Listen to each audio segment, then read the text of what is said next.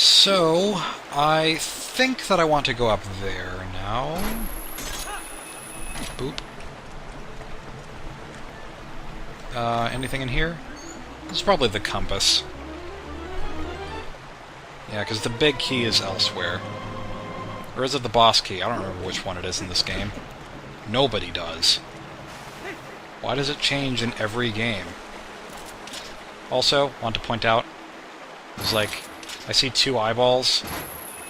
This one plain, this one flamey, and then this kind of looks like a mouth, like a smiling mouth with teeth. And in the other very similar room to this, the fire is on the other side. It's on the, well, the left eye from the face's perspective, but the right eye to us. And so whenever I first saw that, I thought, well, not the first time I ever saw it, but the first time I saw it, like, in a recent playthrough, I thought, that's Sans! Because Undertale references. So I don't know who it would be with the eye, like the flaming eye being on the opposite eye.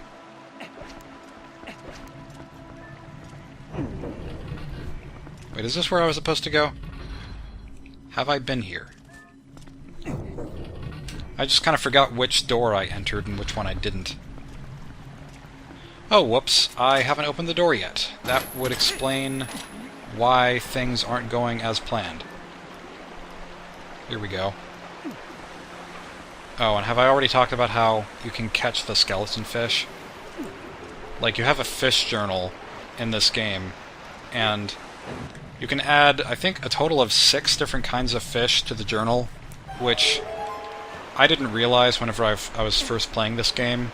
If I realized that it was only 6, then I would have probably put more effort into finding them all to 100% the game. But the skeleton fish don't count in the fish journal because they have an evil presence or something. And because they have an evil presence, that makes them ineligible to record in a journal. I don't really get it, but it's a nice Easter egg. I mean, I guess it counts as an Easter egg.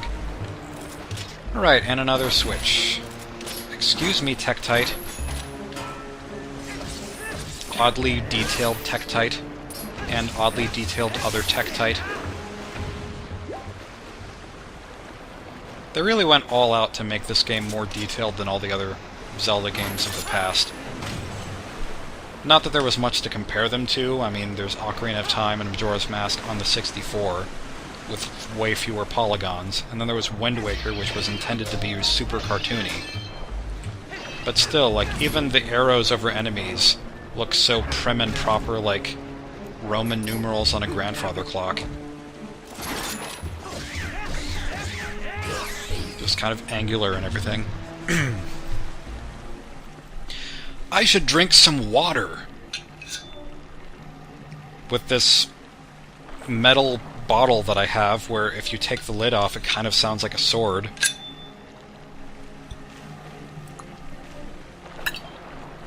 I could have made the sound effects for this entire game using only a bottle. Bottle. Enunciation is hard whenever your throat doesn't want to work. Botch-hole. There are more treasure chests that I didn't check. Oh well, these things are moving now, so just like clockwork. Literally just like clockwork. Like a clock.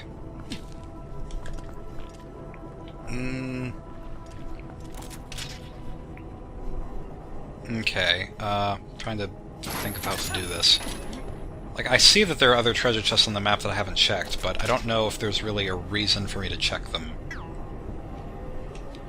I should probably go over there. How do we get there? Well, I want to say that how I get there is just the way that I came from, so I'm going to do that. Okay, I'm glad that the game just... It automatically drops me off of the vines, but onto the platform, and not into an abyss. So what I want to do is go past this water wheel, and hopefully not get stuck. Yeah, this looks useful. Or not. Yeah, and I like how it says, not while swimming. You can't use it while swimming. Because that would be so easy to do. Then again, I mean, this game could have taken the Banjo-Kazooie approach and allowed you, or the Banjo-Tooie approach, rather, that allows you to shoot things underwater. Just shoot eggs through the water like torpedoes as you're swimming. Which was pretty sweet. Okay, so we're back to this again. Yeah, I don't know where I'm going, but I didn't research the whole dungeon. I just researched, like, the first section of it. Up to the mini-boss, more or less. Guess I'll drop down here? No, I guess I won't. This is the part of the dungeon that always gets a little bit trickier to me, as far as, like... It has weird footwork, I guess is the way to put it. Except that's not the way to put it. But it just feels a little bit less straightforward here. Because it's not like, this is a path that you follow. It's a bunch of platforms that seem kind of arbitrarily placed, like a natural environment, as opposed to a temple. What I want to do is a tricky jump that causes me to land on one of those rotating things. Which is what I did. So, that worked out. Assuming this is what I'm supposed to do, or where I'm supposed to go. Okay, that's just yellow rupee, don't need that. I would like some hearts. Hearts would be nice. Probably not absolutely necessary, but still nice. And let's lead into this cherry here. I don't know, they kind of look like cherries to me, like a cherry pie. These things that you latch onto. Also, chances are I've called this claw shot a hook shot a number of times, because that's what it's called in Ocarina and Majora. And I'm just used to it because I grew up with Ocarina. But it is a claw shot in this game. And, honestly, like, the claw shot makes way more sense than the hook shot.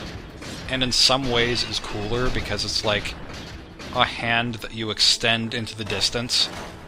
As opposed to just some, like, I don't know, like, not even quite a knife. Because if you look at the hook shot, it doesn't look like a knife. It doesn't look like it would stab into anything. It's just kind of a slightly sharp-looking triangle, I guess. But, oh, and have I mentioned that this is something that would have been nice in Ocarina? Is underwater combat that isn't just the hook shot. Not that this is the most thrilling combat right here, because I keep just... basically just slapping this clam. But, here's what I want. No, that's not what I wanted to do after all. That's... no? Why am I having trouble with this now? Okay, move your mouth out of the way. No? Okay, well, as is expected with underwater combat, the sword is a little bit slow, but still, it's nice that it at least exists. Because the combat in the water temple is a little bit on the annoying side. Just doing this repeatedly.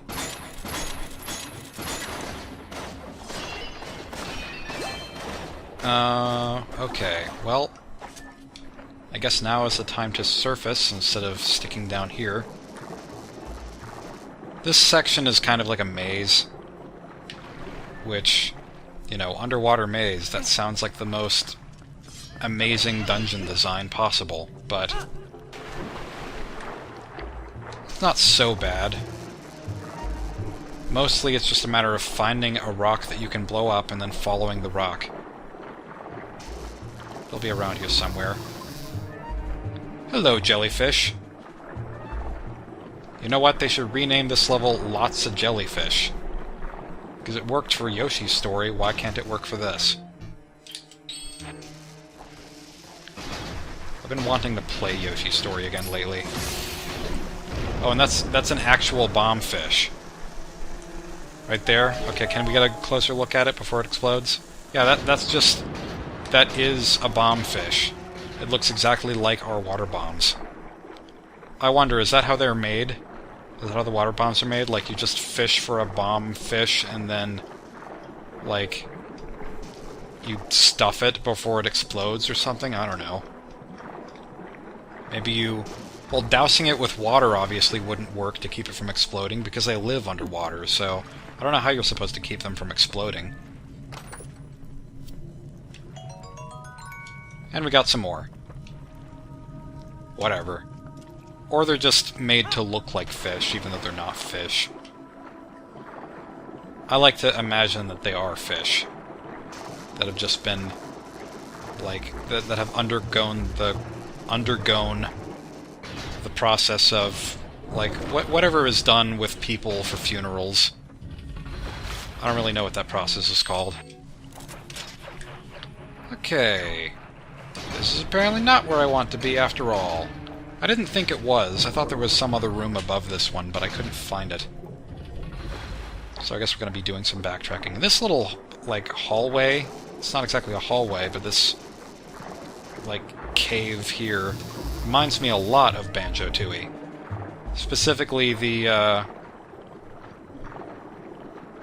Jolly Roger's Lagoon, like, some of the caverns in that place look exactly like the one that we just went through, at least to me. Okay, so I guess there's one more hole to go through. There it is. Pretty close to the end of this dungeon now. I'm probably going to backtrack a little bit to get a heart piece. But for the most part, yeah, it hasn't been so bad, even though this is like my 8th time recording this. Not the whole thing, though. Don't worry, it wasn't that torturous. You can't spell torte without torture. At least several letters from torture. That is from my newly released Undertale fan game. Which is what I've been working on for the past few days, besides this. I've been wanting to record... Why did I do that? Darn it. Item management in Zelda games. Yeah, that's what I've been working on for the past few days, aside from this Twilight Princess playthrough. And let's see... Yeah, it seems like you should have to use the iron boots for this, to drop it down. These cherry things seem a little bit too heavy to pull down with just your body, but what do I know? And this is, yeah, I like this puzzle a lot. Like, you have to extend the hookshot, or else the door closes before you get down here. You can't just drop down by letting go, you have to drop down by doing that. It's a nice final puzzle for the dungeon. So, I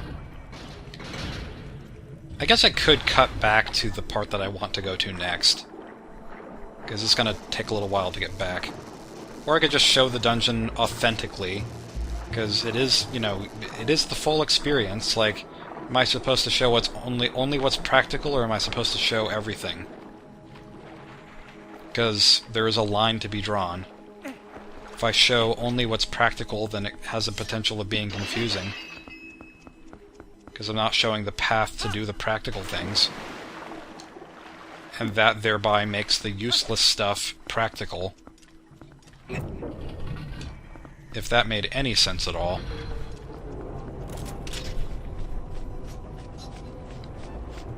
Also, I like the music in this place. Which is something that I could probably say about every video game ever, but in this dungeon in particular, the music is very, like, somber. Not really music, it's more like ambient noise, but compared to all the other dungeon music in the game, it has a particularly, I don't know, empty, open, cave-like tone. I don't know, it's just cool. Doom, doom, doom. Well, I should have dropped down on the other rock. Do-do-do-do-do-do. There's Link's scream that I know and love. I was missing it in wolf form. Totally worth losing a heart. Okay. Back to this.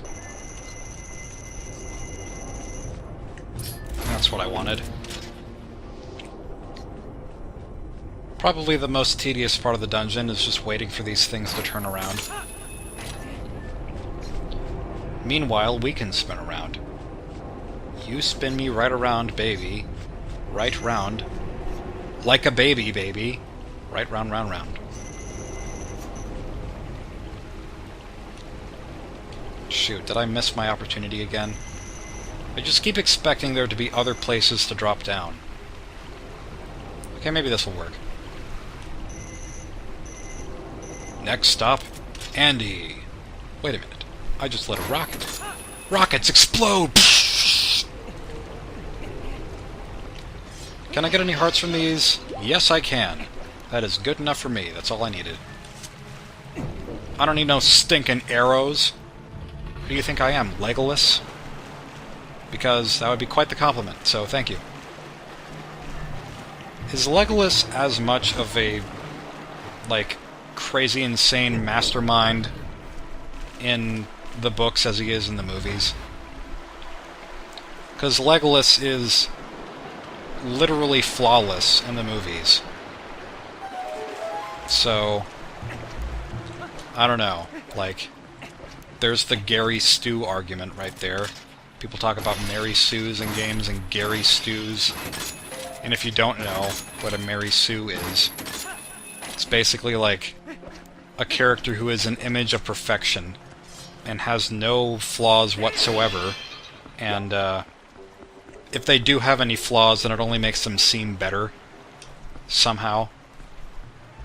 Okay, so what I wanted to do... Yeah, this is where I wanted to go next. With a heart piece. And actually, there are two heart pieces. I know where the other one is. Maybe I should go ahead and get... Nah, which one? I'll do this one first.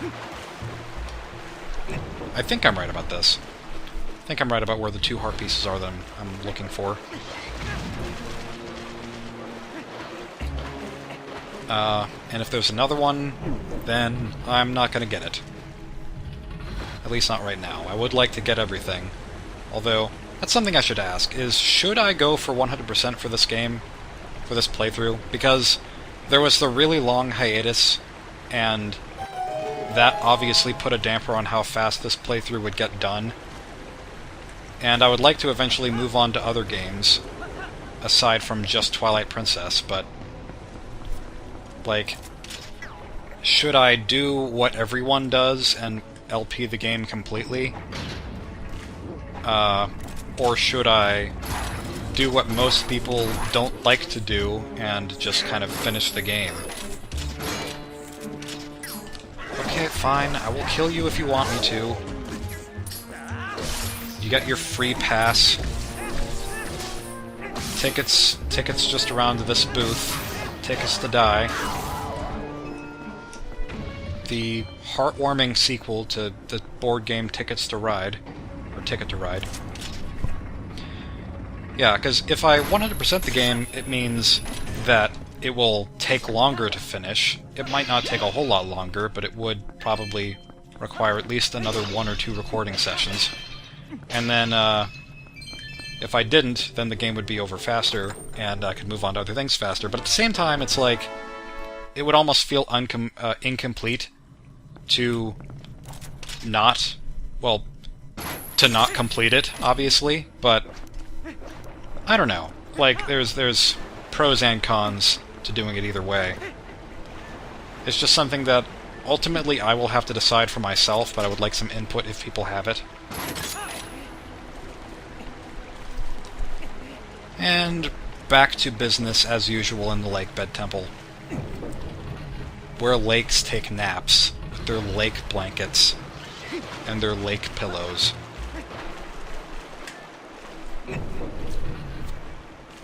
Just continue to make the obvious jokes, nobody will notice.